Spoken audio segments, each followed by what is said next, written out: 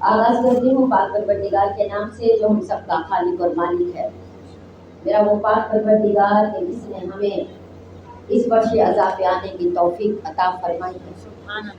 میرا وہ مالک جو ہمارے گناہوں کی بخشش فرماتا ہے، ہم پہ انتہائی مہربان ہے۔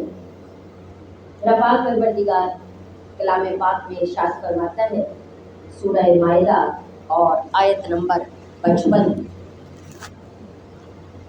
ارشاد فرماتا ہے، بسم اللہ الرحمن الرحیم، انما ولیکم اللہ ورسولہ والذین آمنوا الذین یقیمون الصلاۃ ویؤتون الزکاۃ وهم راکعون۔ اللہم صلی علی محمد یہ آیت آیہ ولایت کہلاتی ہے اور سورہ مائدہ کی آیت نمبر 55۔ اسے بچیاں بہنیں ضرور یاد رکھیں اور بڑی خاص آیت ہے، آیہ ولایت اسے کہا جاتا ہے۔ اب اس آیت کو پہلے میں واضح کر دوں، پھر اس کے بعد اس کے ترجمے کے بعد پھر میں آپ کی خدمت میں عرض کروں گی کہ اس کا مفہوم آگے کیا ہے۔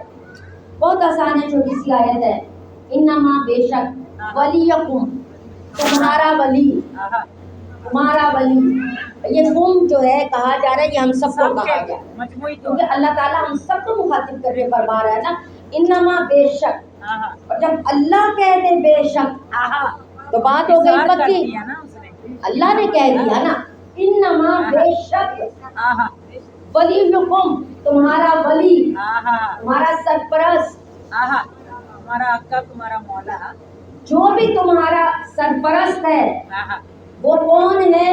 وہ اب اللہ تعالیٰ بتا رہا ہے کون کون ہے۔ انما ولیکم اللہ ورسولہ، اللہ ہے اور اس کا رسول ہے۔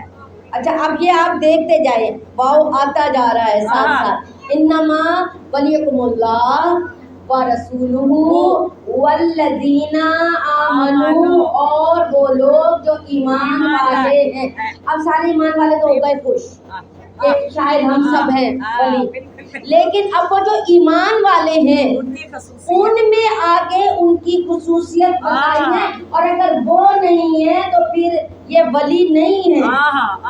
ایمان والوں میں سے بتایا جا رہا ہے، باقیوں کی تو بات ہی چھوڑے، یہ جو ایمان والے ہیں ان میں سے جس کے اندر یہ خصوصیات ہیں وہ ولی ہے۔ تو کہا انما ولیکم اللہ ورسولہ والذین آمنوا، اور وہ لوگ جو ایمان لائے، الذین یقیمون الصلاۃ، ایمان والوں میں سے وہ جو نماز قائم کرتے ہیں، ویؤتون الزکاۃ، اور زکوٰۃ دیتے ہیں، وہم راکعون، جبکہ وہ رکوع کی حالت میں ہوتے ہیں۔ کوئی ایمان والا کرے دعویٰ کہ وہ ایمان والا بھی ہے، وہ نماز کو قائم کرنے والا بھی ہے، اور اس نے زکوٰۃ دی ہے حالت رکوع میں، ہے کوئی؟ یا ایھا الذین آمنوا، اے ایمان والو، ہے ہم میں سے کوئی ایسا جو یہ دعویٰ کر سکے؟ کیونکہ اللہ تعالیٰ نے تو کہہ دیا، اللہ تعالیٰ نے یہ نہیں کہا تھا کہ صرف میں نے اسی کو ولی بنانا ہے، اللہ تعالیٰ نے تو کہا کہ جو بھی ان میں سے ہوگا وہ ولی ہوگا، وہ مسلمانوں کا ولی ہوگا، اے لوگوں وہ تمہارا ولی ہوگا، اللہ تعالیٰ نے کہہ دیا۔ اب وہ کہہ کر نام نہیں بتایا، نام تو رسول کا بھی نہیں بتایا، بس یہی کہا ہے اس کا رسول، یعنی اللہ کا رسول، یہی بتایا ہے نا۔ جو یہ کہے نا کہ قرآن سے ثابت کرو، قرآن میں کہاں لکھا ہوا ہے؟ تو قرآن میں تو رسول کا نام بھی اس میں اس آیت میں نہیں ہے، بلکہ یہ کہا ہے کہ تمہارے جو ولی ہیں وہ اللہ ہے اور اس کا رسول ہے، اور اس کا رسول ہے۔ ابھی میں انزا بلاک میں جو خمسہ ہے وہاں پہ سورہ شمس کروا رہی ہوں، تو سورہ شمس میں آج ایک آیت تھی، ہم آیت نمبر 11 12 13 آج کی، تو اس میں تھا جب 13ویں آیت پہ پہنچے کہ ان کو کہا، انہوں نے یعنی سب سے پہلے وقت سمود بتقواہا، اس کے بعد وَإِذِ بَعَثَ أَشْقَاهُمْ وَقَالَ لَهُمْ رَسُولُ اللَّهِ ان کو کہا ان کے رسول نے، ان کو کہا اللہ کے رسول نے۔ تو اب جب اللہ کے رسول کا جب ہمیں پتا ہے کہ قوم سمود کی بات ہو رہی ہے تو ظاہر ہے کہ وہ جو اللہ کا رسول ہے وہ جناب صالح ہے۔ اب جب یہاں ہم سے بات ہو رہی ہے تو ظاہر سی بات ہے کہ ہمارے اللہم صلی علی سلامت ماشاءاللہ۔ اب یہاں پر یہ بات آ گئی، اب یہاں پر کیا کہا؟ اللہ ہے ولی، اور اس کے بعد رسول ہے ولی، اس کے بعد کیا؟ والذین آمنوا، اور وہ لوگ جو ایمان لائے۔ اب ان میں سے اب آگے الذین آمنوا کے بعد کوئی واو نہیں ہے، واو ہوتا ہے اور یعنی یہ جس طرح میں کہوں یہ بھی میرے گھر کا فرد ہے، یہ بھی ہر ایک بات اور یہ اور وہ اور یہ۔ تو یہاں پر صرف 3 دفعہ یعنی پہلے کا ذکر کر کے 2 دفعہ اور آیا ہے۔ اس کا مطلب ہے وہ جو بھی ہے کوئی ایک ہے۔ اب وہ کون ایک ہے؟ الذین آمنوا الذین یقیمون الصلاۃ۔ اگر کوئی کہے کہ یہ تو جمع ہے، جمع کہا گیا، اور جمع نہیں عزت سے بھی کہا جاتا ہے، ہم سے کہہ نہیں دیتے آپ تو وہ ہوتا تو ایک ہے تو کہا۔ اور یہ کئی جگہ پر قرآن پاک میں یہ اسلوب بھی استعمال ہوا ہے کہ جمع کا صیغہ ہے لیکن بات ایک کے بارے میں کی جا رہی ہے۔ تو الذین یقیمون الصلاۃ، جو نماز کو قائم کرتے ہیں، یہ تو بتانے کی ضرورت نہیں ہے، نماز قائم ان کی ہوتی ہے، ہم تو نماز پڑھنے والے لوگ ہیں۔ نماز تو قائم وہ کرتے ہیں جو اپنے کردار سے نماز پڑھتے ہیں۔ جس کے کردار میں نماز نظر آئے سمجھ لو اصل نماز اس کی ہے۔ یقیمون الصلاۃ ویؤتون الزکاۃ، جو زکوٰۃ دیتے ہیں وہم راکعون، زکوٰۃ دیتے اور ہوتے ہیں وہ رکوع میں ہوتے ہیں اور زکوٰۃ دیتے ہیں۔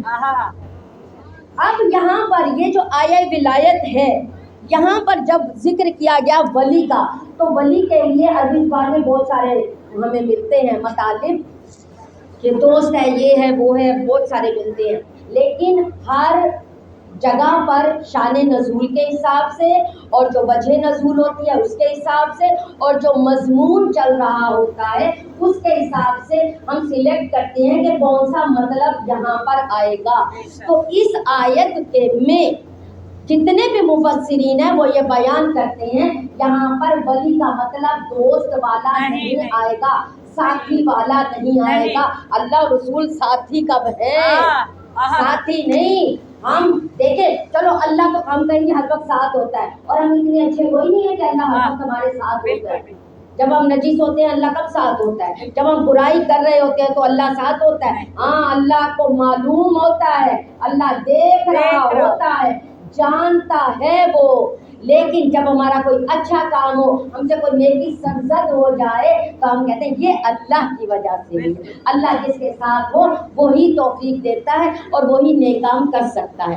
تو اب یہ جو ولی کی بات آ گئی یہ ہے سرپرست اعلیٰ جو آقا ہوتے ہیں۔ اب آقا کون کون ہیں یہ 3 بتا دیے۔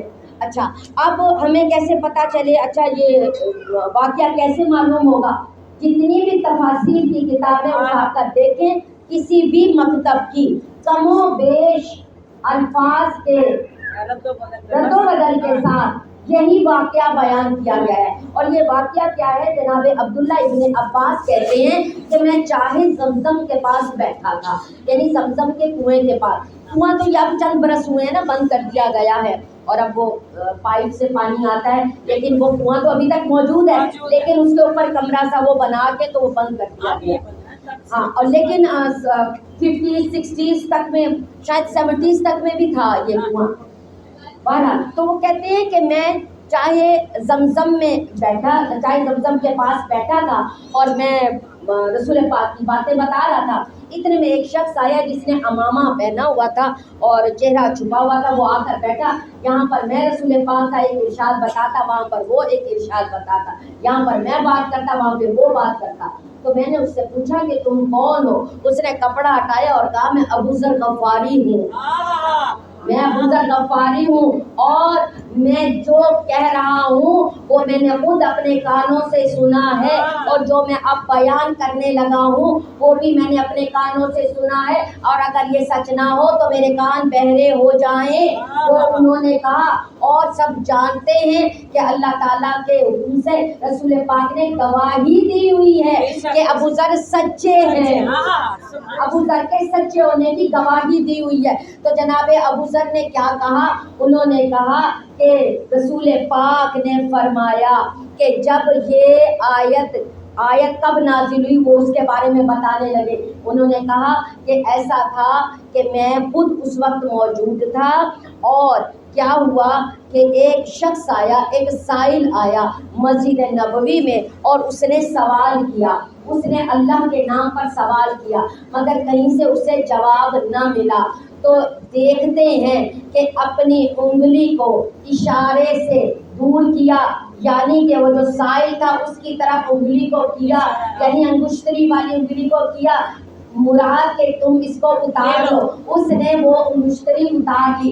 یہ واقعہ رسول پاک نے دیکھا، اور پھر رسول پاک نے اس کے بعد جناب ابو ذر فرما رہے ہیں، مجمع البیان کی تفسیر میں یہ موجود ہے، کہتے ہیں کہ اس پر رسول پاک نے اللہ سے دعا کی کہ یا اللہ، جس طرح سے تو نے موسیٰ کو ہارون عطا کیا تھا، میں دعا کرتا ہوں کہ تو مجھے بھی ایک ایسا ساتھی عطا کر دے جو اس طرح سے میرا ساتھ دے اور میری قوم میں میرے لیے عزت کا باعث ہو اور میرے کاموں میں میرا مددگار ہو۔ مجھے وزیر عطا فرما، مجھے وزیر عطا فرما۔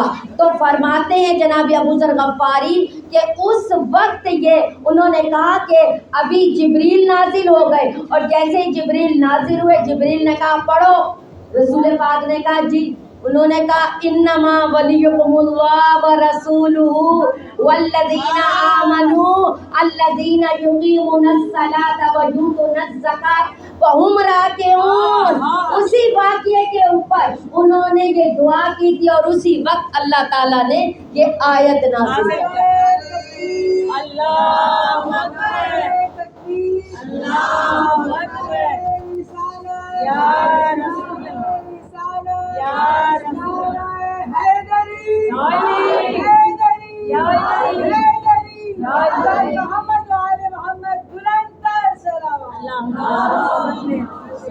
ماشاءاللہ ماشاءاللہ۔ اور ساتھ ہی جناب ابو ذر غفاری نے فرمایا کہ رسول پاک کی حدیث ہے، وہ فرما رہے ہیں، اس کا مفہوم یہ ہے کہ علی پاک اور طیب لوگوں کے رہنما ہیں۔ سبحان اللہ، سبحان اللہ، پاک لوگوں کے، پاک اور طیب لوگوں کے، ماشاءاللہ، اور کفار کے قاتل ہیں، اور جو ان کی نصرت کرے گا اللہ اس کو آباد کرے گا، اور جو ان کی نصرت کا انکار کرے گا پروردگار اس سے ناراض ہوگا۔ بے شک، سبحان اللہ، یعنی مولا کائنات کے بارے میں کتنی بڑی شہادت آ گئی، اور اس سے بڑی شہادت کوئی نہیں ہو سکتی۔ تو اس کے بعد واجب ہو جاتا ہے کہ جب ہم کلمہ پڑھتے ہم کہتے ہیں لا الہ الا اللہ محمد رسول اللہ علی ولی اللہ۔ اللہم صلی علی محمد، سلامت ماشاءاللہ۔ اصل میں ذہن میں ایک بات رکھیے گا کہ ولی کا مطلب ہمیں پتہ ہونا چاہیے، تصرف رکھنے والا، جو ہمارے اوپر حق تصرف رکھے، ہمیں استعمال کر سکے، جو حق تصرف جو رکھے، جو سرپرست ہو اور روحانی طور پر بھی اور مادی طور پر بھی جو رہبری کرے۔ بس اب آپ گر گئے، اب آپ کو سمجھ آ گئی کہ ولی کون ہے۔ کسی نے کال کی اور کہا آپ ولایت پڑھنے والی ہیں، اگر آپ ولایت پڑھنے والے ہیں تو پھر آپ نا ہمارے یہاں مجلس، ہم آپ کو دعوت دیتے ہیں، وہ مجلس پڑھے۔ میں نے کہا ولایت کے اسپیلنگ کو بتائیں۔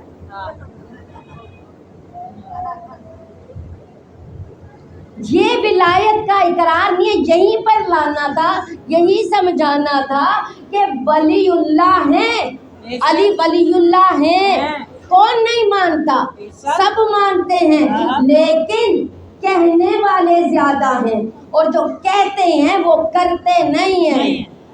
ایسے ایسے ان سے پوچھو ولایت کا مطلب کیا ہے، آپ کہہ رہے جی ہاں جو ولایت والے ہیں بھائی وہی آ کر بیٹھے، جو ولایت والے ہیں بس وہ آ کر بیٹھے۔ کون ولایت والے ہیں جو کہتے ہیں جی علی ولی اللہ، تب کہتے ہیں علی ولی اللہ، کون نہیں کہتا ہے علی ولی اللہ، کون نہیں کہتا ہے، سب مانتے ہیں علی ولی اللہ، سب کلمے میں پڑھتے ہیں، سب اذان میں سنتے ہیں اور پڑھتے بھی ہیں، اقامت میں بھی کہتے ہیں، تب نہیں کہتے۔ اب اگر آپ ضد کر لیں کہ نہیں بس ایک فلاں جگہ پر ہی کہنا ہے تو وہ تو پھر آپ کی اپنی مرضی ہے، یہ تو اپنی مرضی ہوئی اور اس کی تو اجازت نہیں ہے، اسلام تو اللہ کو قبول، اس کی تو اجازت نہیں ہے۔ اب سمجھ لیجئے ذرا ولایت کا مطلب، ولایت کسے، ولی کی سمجھ آ گئی، جو حق تصرف رکھے، جو ہمیں حکم دے سکے، جو ہماری مادی اور روحانی راہبری کر سکے، جو ہمارا قائد ہو، جو ہمارا آقا ہو۔ تو جو یہ کہتے ہیں کہ علی ولی اللہ، وہ بتائیں ان کی زندگی پر کتنا تصرف ہے علی کا، کتنا چلتے ہیں وہ علی کی راہ پر، کتنے معاملات میں علی کو راہبر مانتے ہیں، کتنے معاملات میں ان کو قائد مانتے ہیں۔ ماننا کیا ہوتا ہے، ہاں جی ہم آپ کو مانتے ہیں تو آپ کا کون سا احسان ہے، ہم ان کو تو دشمن بھی مانتے ہیں، ان کی مانے تو بات ہے، ان کی مانے تب پتہ چلے گا کہ یہ ہے ولایت علی۔ ہم پر اگر اور کسی طرح سمجھ نہیں نہ آئی، میں سمجھتی ہوں یہ جو پیام ٹی وی نے یہ جو موویز بنائی نا اسلامی، کم از کم اس کا اتنا فائدہ ضرور ہو گیا، کچھ بڑی ہی مشکل سی ٹرمز تھیں جو سمجھ آنے لگ گئی۔ اگر آپ لوگوں کو میں ایک چیز یاد دلاؤں، پیغمبر یوسف کی جو مووی تھی اس میں ایک جگہ پر جناب یعقوب فرما رہے ہیں کہ یوسف کو مجھ پر حق ولایت ہے، اور اسی لیے جب وہ گئے تھے وہاں پر مصر میں، ان کی نبوت کا اعلان ہو چکا تھا، وہ بھی نبی تھے اپنے علاقے میں، تو جب یہ گئے انہوں نے کہا یہ مجھ پہ حق ولایت رکھتا ہے، حالانکہ ایک وقت میں کئی نبی تھے، اس وقت 3-4 تھے، لیکن ایک اولو العزم نبی ہوتا ہے، تو کہا یہ جو نبی ہے جو یوسف ہے، یہ وہ کہ میں اس کا باپ ہوں مگر یہ مجھ پہ حق ولایت رکھتا ہے۔ آپ دیکھ لیجئے گا اس میں ہے یہ بات۔ تو حق ولایت رکھنے کا کیا مطلب ہے، وہ یہ کہتے تھے کہ اب جو یوسف کہے گا میں وہ کروں گا، تو جو علی کہے وہ کرو، وہ تو پیغمبر ہے، پیغمبر کی مان رہا ہے، ہم تو غیر معصوم ہیں، پھر بھی معصوم کی نہ مانے، یہ ہے ولایت۔ اگر ولایت علی کا اقرار کرنا ہے، فقط اقرار نہیں ہوتا، ساتھ ہی کردار بھی ہوتا ہے، کردار میں جب تک نہیں آئے گا تب تک ولایت منہ سے کہنے کا بالکل وہی ہوگا وہ جو آیت کریمہ پڑھنے والی خاتون تھی، بجائے اس کے کہ لا الہ الا انت سبحانک انی کنت من الظالمین پڑھتی، وہ پڑھتی آیت کریمہ آیت کریمہ آیت کریمہ۔ ہم بالکل اسی طرح کی ولایت پڑھ رہے ہیں، جی ولایت، اب پتہ نہیں، اور ولایت ہی ان کو پناہ بھی دیتا ہے، ان کو ملتا ہے۔ صلوات دیجیے گا۔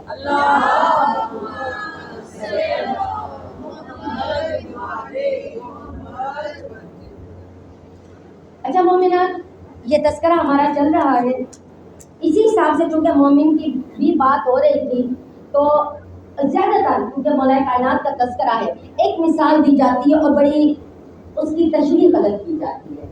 مثال یہ دی جاتی ہے کہ ہم تو اتنے اچھے لوگ ہیں، ہم اتنی جلدی معاف کر دینے والے لوگ ہیں کہ ہم تو اس کے ماننے والے ہیں، علی کے ماننے والے جس نے دشمن کو شربت پلایا۔ یہ مثال دی جاتی ہے نا، جب کسی کو معاف کرنے کے لیے کہا جائے نا کہ چلے چھوڑے، وہ جو ہے نا ہم تو اس کے چاہنے والے ہیں، ہم تو اس کے ماننے والے ہیں جس نے دشمن کو شربت پلایا تھا، لیکن کیا شربت پلانے کے بعد معاف کر دیا تھا؟ معاف کیا تھا؟ پھر مثال کا کیا مطلب؟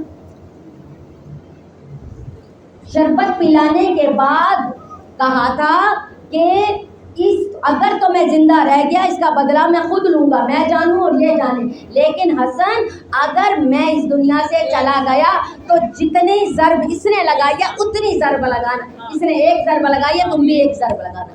تو مجھے پھر اس کا مطلب تو بتائیں، جو لوگ یہ مثالیں دیتے ہیں اپنے وقت پہ جب معاف کرنا ہو تب بھول جاتے ہیں، لیکن دوسروں کو سمجھاتے ہوئے کہتے ہیں کہ ہم تو اس کے چاہنے والے ہیں جس نے دشمن کو شربت پلایا۔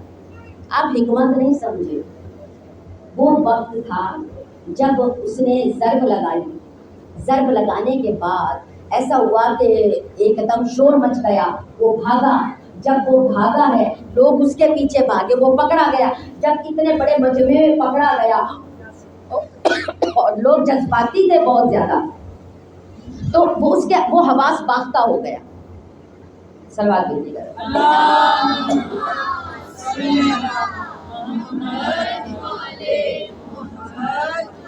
وہ حواس باختہ ہو گیا اور وہ یہ ظاہر کر سکتا تھا، یا اس کے ساتھی یہ کہہ سکتے تھے یہ تو اپنے حواسوں میں نہیں ہے، یہ تو پاگل ہے، اس کو تو سمجھ نہیں تھی، اس نے دیوانگی میں ایسا کر لیا، اس لیے پہلے اس کو شربت پلایا ذرا حواس مجتمع ہو جائیں۔ پھر وہ سوال کیا تھا جو تاریخی سوال ہے نا، کیا میں تیرا اچھا مولا نہیں تھا؟ کیا میں تیرا اچھا آقا نہیں تھا؟ کیا میں نے کبھی تیرے ساتھ کوئی زیادتی کی؟ اور پھر اس کے جوابات سب ملتے ہیں اور پتہ چل جاتا ہے بقائمی ہوش و حواس اس نے کیا جو بھی کیا۔ اچھا، اب یہاں پر چونکہ یہ بات ہوئی ہے تو کسی نے پوچھا سید سجاد سے کہ بتائیے کہ ہمیں کیا معاف کر دینا چاہیے؟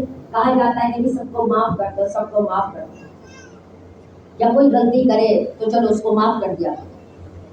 اس پر میں اپنی کوئی رائے نہیں دے رہی، میں صرف وہ حدیث آپ کے سامنے بیان کر رہی ہوں جس کا مفہوم یہ ہے، امام نے فرمایا 3 لوگوں کو کبھی معاف نہیں کرنا۔ یہ سب بیویاں بڑے غور سے سنیں، ہماری زندگیوں کے زیادہ تر مسائل اس وجہ سے ہوتے ہیں، جہاں سختی دکھانی چاہیے وہاں نرمی دکھاتے، جہاں نرمی دکھانی چاہیے وہاں ہم سخت ہو جاتے، یعنی وقت پر صحیح فیصلہ نہیں کر سکتے، اور جو صحیح وقت پر صحیح فیصلہ کرتا ہے اس حقیقت کو اور اس اہلیت کو حکمت کہتے ہیں، حکمت سے آ رہی ہیں۔ 3 لوگوں کو کہا، 3 لوگوں کو معاف نہیں کرنا کبھی، ایک وہ کہا اور خاص کہا العفو للمقر ولا للمسر۔ ترجمہ بتاتی ہوں، معافی اقرار کرنے والے کے لیے ہے، ایک دفعہ جو غلطی کرنے، جو اپنی غلطی کا اقرار کرے، مانے، نادم ہو، شرمندہ ہو، وہ ولا للمصر، اور نہیں ہے اصرار کرنے والے کے لیے، جو بار بار کرے، جو مصر رہے اپنی غلطی پر، اس کے لیے عفو نہیں ہے۔ ایک شخص آیا، اور یہ ساری میں آپ کو مثال رسول پاک کی زندگی سے لوں گی۔ ایک شخص آیا غزوہ بدر میں اور وہاں پر خلاف لڑا تھا، بعد میں گیا اور کہنے لگا یا رسول اللہ مجھے معاف کر دیں، مجھے نہیں پتا تھا، میں نے اس طرح سے کر لیا، آپ مجھے معاف کر دیں، آئندہ میں جو ہے ایسا نہیں کروں گا، یا آپ کے خلاف نہیں لڑوں گا۔ ٹھیک ہے، معاف کر دیا، پہلی دفعہ غلطی تھی، معاف کر دیا۔ اس کے بعد جب غزوہ احد ہوا پھر آ گیا سامنے، جب وہ پھر گیا، لڑائی ہو گئی، ختم ہو گیا، واپس آئے مدینہ، کہنے لگا آپ مجھے معاف کر دیں، آپ مجھے معاف کر دیں، میرے سے غلطی ہو گئی تھی، انسانوں نے غلطی ہو گئی۔ انہوں نے کہا ہاں تم سے غلطی ہو گئی، ٹھیک ہے، لیکن اب تمہیں سزا ملے گی۔ تمہیں کہا تھا ایک دفعہ جب تمہیں معافی دی تھی تو کہا تھا کہ دیکھو اس کا اصرار نہ کرنا، دوبارہ نہیں کرنا، یہ اگر دوبارہ کرو گے تو پھر معافی نہیں ہوگی۔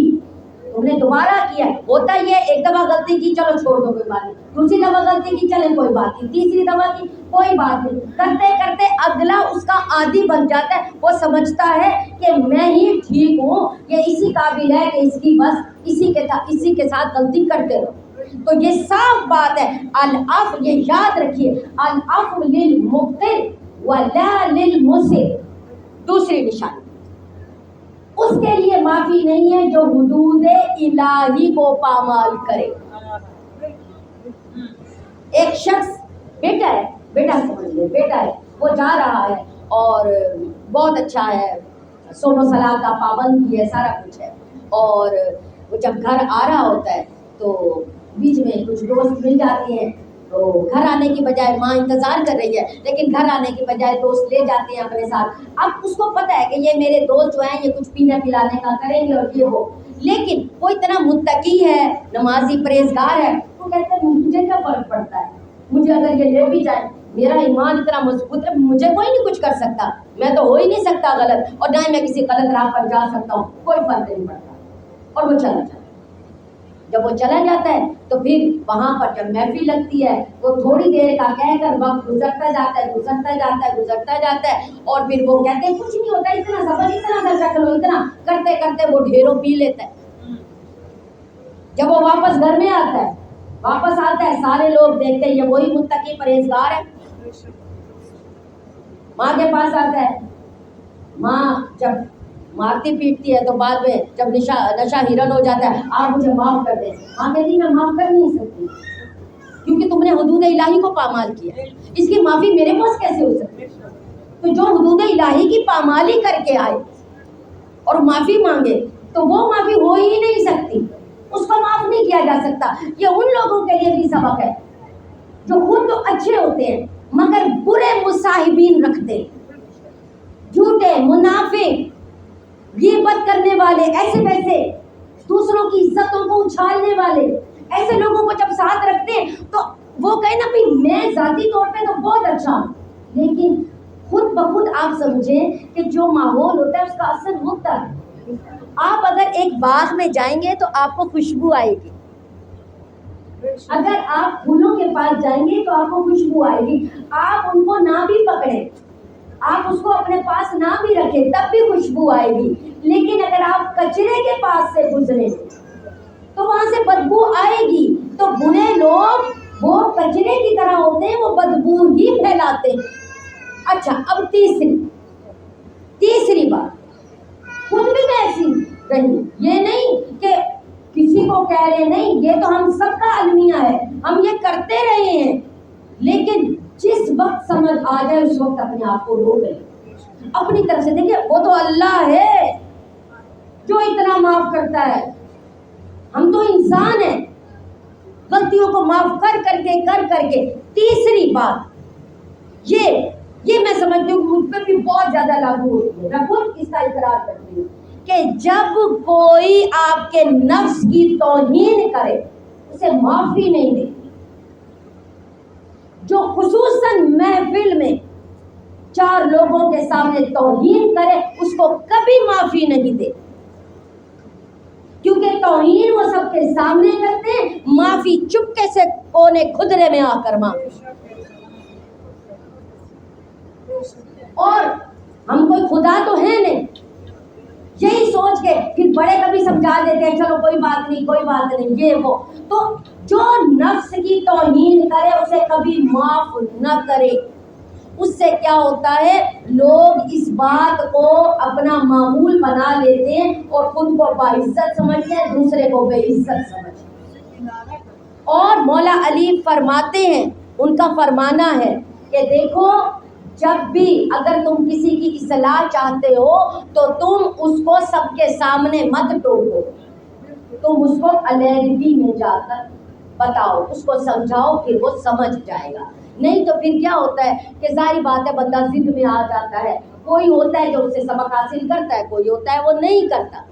تو میرے پاک پروردگار نے کس طرح کی باتیں ہمیں بتائی ہیں، ہمارے ائمہ طاہرین نے کیسے ہماری رہنمائی کی ہے. باخدا ان جو احکامات ہیں ان کو پڑھا کریں، ان کو سمجھا کریں، اس سے ہماری زندگیاں سنور جائیں گی. تو اب آپ کو خود پتا ہوگا کہ کیا کرنا چاہیے اور کیا نہیں کرنا چاہیے. اور پروردگار بھی جب کہتا ہے نا، ہم نے قرآن پاک میں کئی جگہ پہ یہ پڑھا ہے اور تفاسیر میں بھی پڑھا ہے کہ فرماتے ہیں اللہ تعالیٰ فرماتا ہے کہ جب تم نادم ہو جاؤ، معافی مانگنے کے جو شرائط اسٹیپس ہیں وہ یہ ہیں، سب سے پہلے نادم ہوا جائے، اس کے بعد اس کا اظہار کیا جائے، تیسری بات یہ ہے کہ آئندہ اس کے نہ کرنے کا وعدہ کیا جائے. اور پھر آپ جانتے ہیں جو عہد کو توڑتا ہے وہ تو ویسے ہی اللہ تعالیٰ اس کو پسند نہیں کرتا ہے. اللہ تعالیٰ ہم سب کو ایسے لوگوں میں شمار فرمائے جو اللہ کے پسندیدہ ہیں، جو اللہ کے احکامات پر عمل کرنے کی کوشش کرتے ہیں. دیکھیں ہم نے کوشش کرنی ہے، کامیاب اللہ نے کرنا ہے. صلوات دیجیے.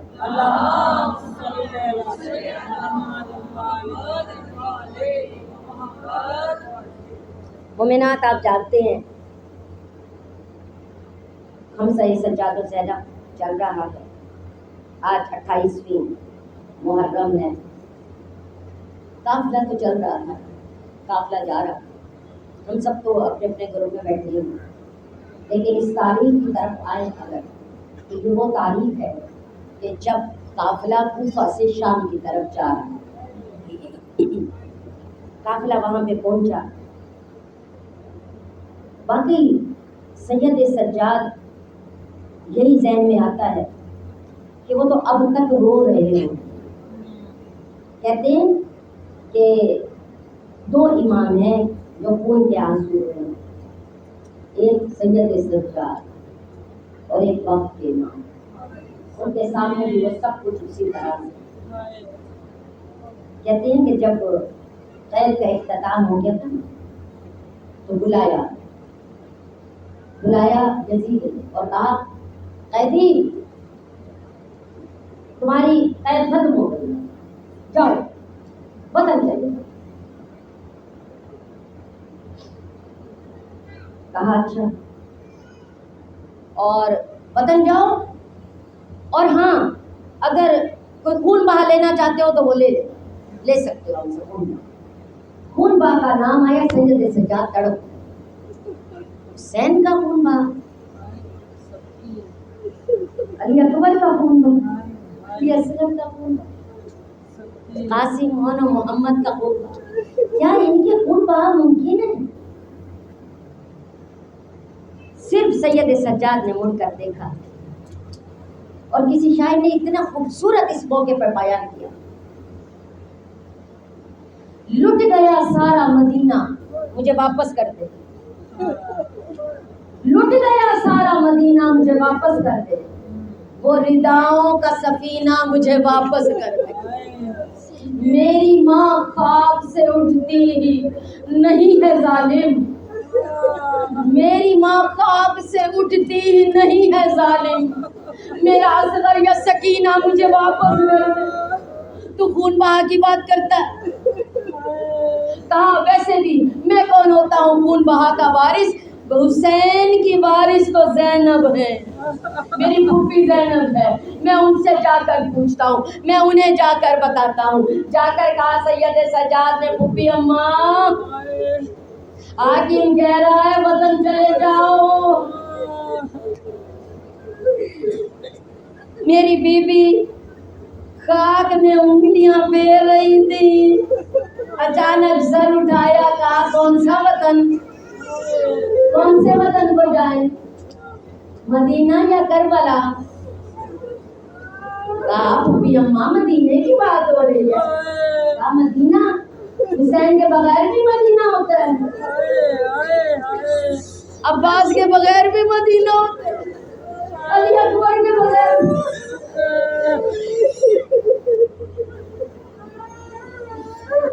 کہا اگر وہ ہمیں آزاد کر رہا ہے اس کا مطلب ہے کہ ہم ٹھیک تھے، ہم جیت گئے ہیں، تو پھر ہماری شرط مانے. ایک محاری کا کہا بشیر ابن جسلم کا جو روایات میں ہمیں ملتا ہے، اور کہا ایک گھر کو خالی کرا دیا جائے جس میں شام کی عورتیں آئیں اور ہمیں پھنسا دیں، اور تیسرا کہا لٹا ہوا مال واپس کر دیا جائے. بس مختصر چند جملے. اب سید سجاد آئے اور انہوں نے کہا کہ اے ظالم، میری پھوپھی اماں کہتی ہے کہ ہماری یہ باتیں پوری کی جائے. کہا وہ مہاری بھی مل جائے گا, گھر بھی خالی کرا دیں گے, وہاں پہ پرزہ بھی ہو جائے گا, لیکن جو مال ہے اس کا میں نہیں کہہ سکتا کہ لٹا ہوا مال تمہیں واپس نہیں مل سکتا. کہا وہ کیوں نہیں مل سکتا, سنیں گے. کہا لوٹا ہوا مال اس وقت واپس ملتا ہے جب لوٹنے والا کوئی ایک ہو. آئے کوئی کوفہ سے آیا, کوئی بصرہ سے آیا, کوئی شام سے آیا, کوئی مدینے سے آیا, کوئی انگلی لے گیا, کوئی انگوٹھی لے گیا, کوئی امامہ لے گیا, کوئی کرتا لے گیا, آئے کوئی کمر بند لے گیا.